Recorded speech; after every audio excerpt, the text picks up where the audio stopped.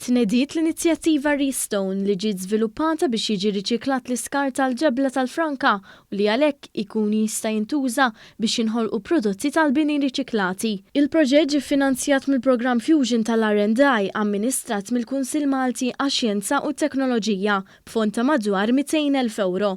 Matul l-avveniment li sar fiċ-Ċentru Interattiv tax-Xjenza Esplora, ir-rappreżentanti ta' Restone qasmu r-riżultati tal-proġett ma' dawk preżenti. Spjegaw li l-iskart jgħaddi minn proċess proprjetarju biex jiġi konvertit għal prodott b'valur miżjud ta' kwalità għolja bħal blokki tal-bini u kisi tal-ħitan fost prodotti oħra. Preżenti f'dan l-avveniment kien hemm is-Segretarju Parlamentari għaż-żgħażagħ, ir-riċerka u l-innovazzjoni Kit Azzoparditanti li jenfasizza li proġetti bħal dawn huma fundamentali għall-iżvilupp ta' pajjiżna għax bekk jiġi assigurat li bħala nazzjon nagħmlu użu sostenibbli mir-riżorsi naturali tagħna permezz ta' riċerka u l-innovazzjoni anka fl-industrija tal-kostruzzjoni. Restone li qed idawwar sfida f'opportunità fejn dan l-iskart tal-kostruzzjoni qed naraw li ħerġa' jintuża għall-benefiċċju tas-soċjetà Maltija.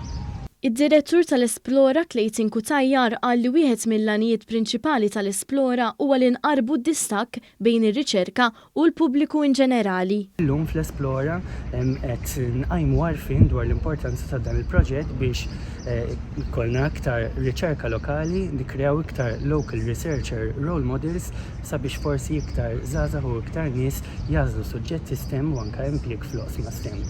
Il-professur Spiridione Buħaġar, koordinatur tal-proġett, qal li l-iskar tal-kostruzzjoni tal-lum ċertament se jkun riżorsa għal bini ta' għada u għalhekk sabiex nirnexxu għandna bżonn rieda u impenn b'saħħtu ħalli nirriċiklaw l-iskar tagħna.